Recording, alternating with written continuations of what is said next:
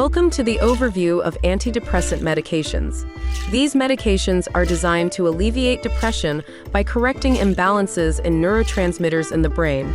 There are several main classes of antidepressants. These include selective serotonin reuptake inhibitors, or SSRIs, serotonin norepinephrine reuptake inhibitors, or SNRIs, tricyclic antidepressants, known as TCAs, monoamine oxidase inhibitors, or MAOIs, and atypical antidepressants. Let's start with SSRIs, one of the most commonly prescribed classes. Examples of SSRIs include fluoxetine, sertraline, citalopram, escitalopram, and paroxetine. These medications work by increasing serotonin in the brain by blocking its reuptake. Common side effects include nausea, headache, sleep issues, sexual dysfunction, dry mouth, and increased sweating. SSRIs are generally well tolerated, and they help improve mood by increasing serotonin levels. You can reassure patients by explaining SSRIs are well-tolerated medications that improve mood by increasing serotonin levels. Now, let's move on to SNRIs. Some common SNRIs are venlafaxine, duloxetine, and desvenlafaxine. These drugs boost both serotonin and norepinephrine by blocking their reuptake. The side effects are similar to SSRIs but may also include increased blood pressure, dizziness, and constipation. To explain this to patients, you could say, SNRIs improve mood and energy by enhancing serotonin and norepinephrine levels.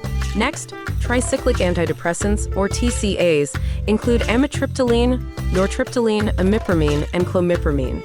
These medications work by blocking the reuptake of serotonin and norepinephrine. However, they tend to have more side effects, such as dry mouth, blurred vision, constipation, urinary retention, drowsiness, weight gain, and even heart rhythm disturbances.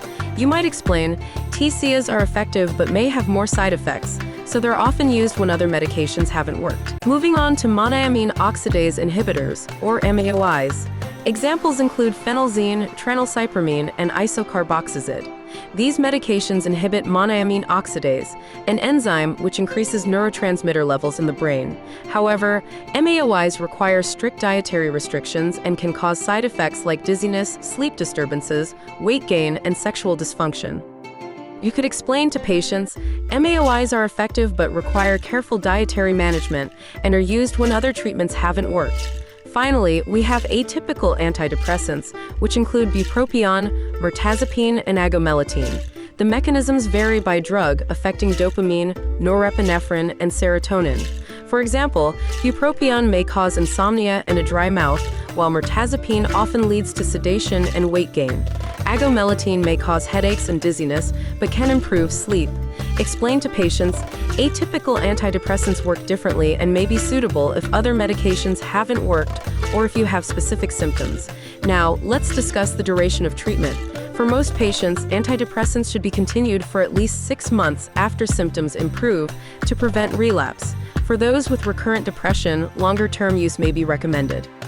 To patients, you can say, it's important to continue the medication for at least 6 months after you start feeling better to help prevent the depression from returning.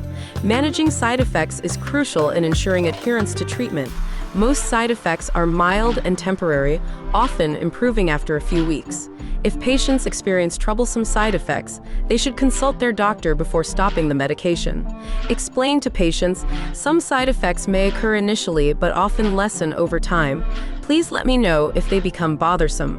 Premature discontinuation of antidepressants can lead to significant risks. Stopping the medication suddenly can cause withdrawal symptoms, such as dizziness, nausea, and anxiety, and increase the risk of a depression relapse.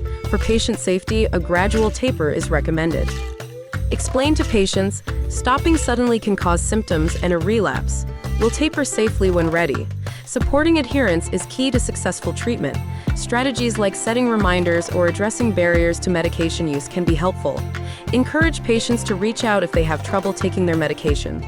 Signs to watch for include thoughts of self-harm, allergic reactions, or worsening mood. To patients, you could say, consistent use is key. Let's discuss any issues you may have. If you feel like harming yourself or notice mood changes, seek help immediately. Finally, a collaborative approach with ongoing support is essential for success. Work together to find the most suitable medication and ensure regular check-ins to adjust treatment as needed. You might encourage patients with, "We're here to support you throughout this process." Please feel free to share any concerns or questions you may have. Please like and subscribe to TuringMedSchool. Good luck with your preparation.